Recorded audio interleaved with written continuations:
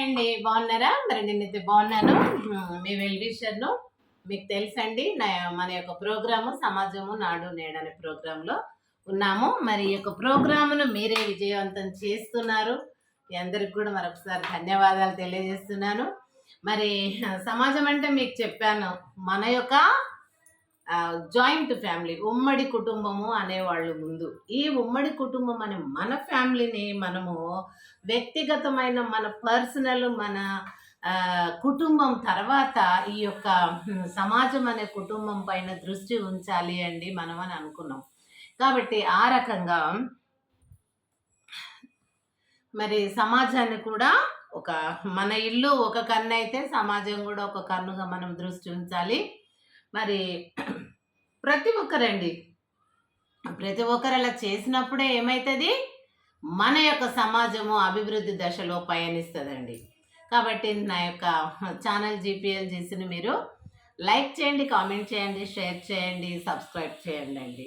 మరి ఇప్పుడు పాఠ్యాంశంలోనికి వెళ్దాం. సమాజం అనే ఈ తరగతిని నాకు మరి దేవుడు ప్రసాదించాడు. నేను ఇది క్లాస్ రూమ్గానే ఫీల్ అవుతున్నాను. మరి మీరందరూ కూడా ఈ సమయంలో మరి భర్త పిల్లలు అందరూ పనుల మీద పోయినాక మీరు ఇంటి దగ్గర ఉన్నటువంటి ఎవరైతే గృహిణీలు ఉన్నారో వాళ్ళు మరి టైం సీరియల్స్కు కేటాయించకుండా మన సమాజం అంటే ఏంటి, మన కుటుంబం విషయం మనకు తెలుసు, మరి సమాజం అంటే ఏంటి, మరి ఆ సమాజము లోపల మన పాత్ర ఏంటి అనేది మీరు వినాలి, తెలుసుకోవాలి అని అంటే మరి యొక్క ప్రోగ్రాంలో పాల్గొనమని మనవి చేస్తున్నానండి. ఇప్పుడు మనము పాఠశాలకు సమాజానికి చాలా లింకు నేను పెడుతూ ఉంటాను. ఎందుకంటే పాఠశాల సక్రమంగా విద్యార్థులు మరి చక్కగా విద్యను అభ్యసిస్తూ వాళ్ళ ఏజ్ ప్రకారం ఎదుగుతూ అన్ని సమాజంలోని విషయాలు వారి వారి కుటుంబ విషయాలతో పాటు తెలుసుకోవడము, సమాజ అభివృద్ధిలో మరి పౌరుని పాత్ర ఎలాంటిది అనేది కూడా విద్యార్థి దశ నుండే మరి సాంఘిక శాస్త్రం అనేది తెలియపరుస్తూ ఉంటుంది. కాబట్టి మరి పాఠశాల నుంచే మనము అది కూడా ఇది కూడా కలిపి చెప్పుకుంటాము. మరి ఇప్పుడు ఒక చిన్నది మీకు బుద్ధిమంతుడు అనే సినిమాలో మీకు తెలుసు, నేను పాత సినిమాలకు బాగా ఆ యొక్క భావం కానీ లేకపోతే ఆ ట్యూన్ కానీ నేను చాలా అట్రాక్ట్ అవుతాను. అలాంటి వాటి మీద మరి బడికి సంబంధించి రాశాను. మీకు తెలుసు, వేయి వేణువులు మ్రోగే వేళ హాయి వెల్లువై పొంగే వేళ రాసకేలిలో తేలే వేళ రాధమ్మను లాలించే వేళ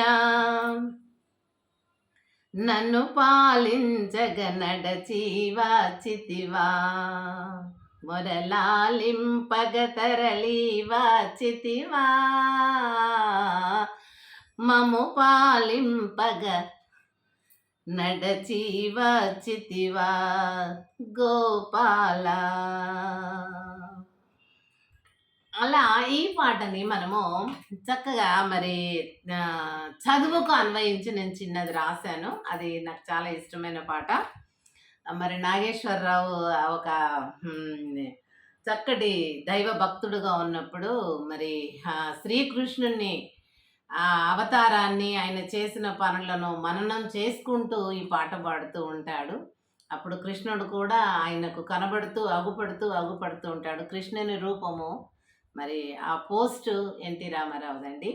అది భలే ఉంటుంది ఆ పాట, నాకు బాగా నచ్చుతుంది. అందుకే మేము ముందు మరి నాకైతే అంత బాగా రాదు, మామూలు టీచర్ కాబట్టి పిల్లల స్థాయి వరకు అది చేయగలుగుతాను. నాకు సంగీతం రాదు, అయినా నాకు ఇష్టం. అలాగే చదువుకేమో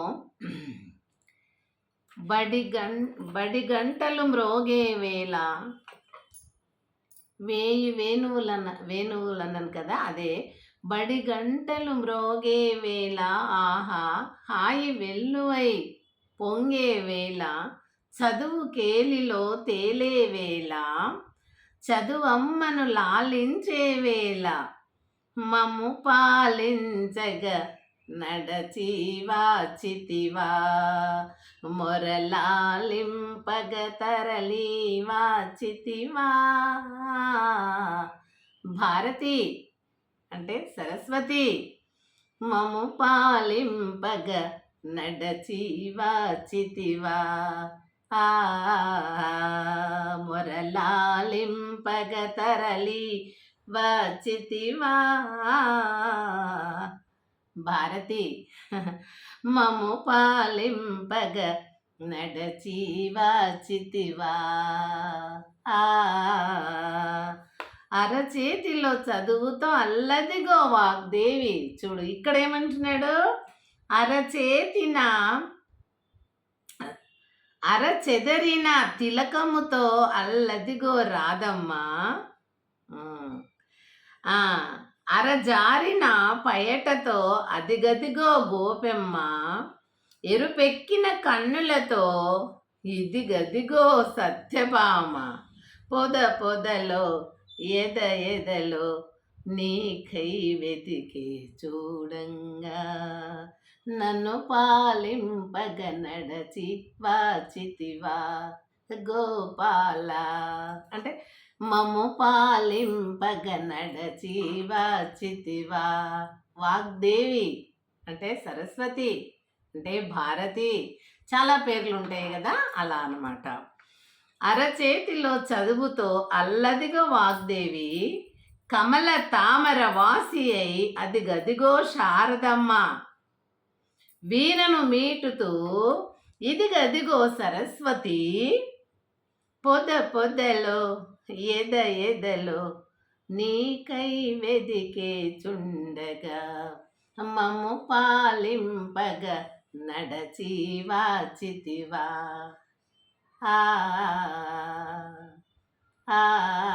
ఇలా అన్నమాట.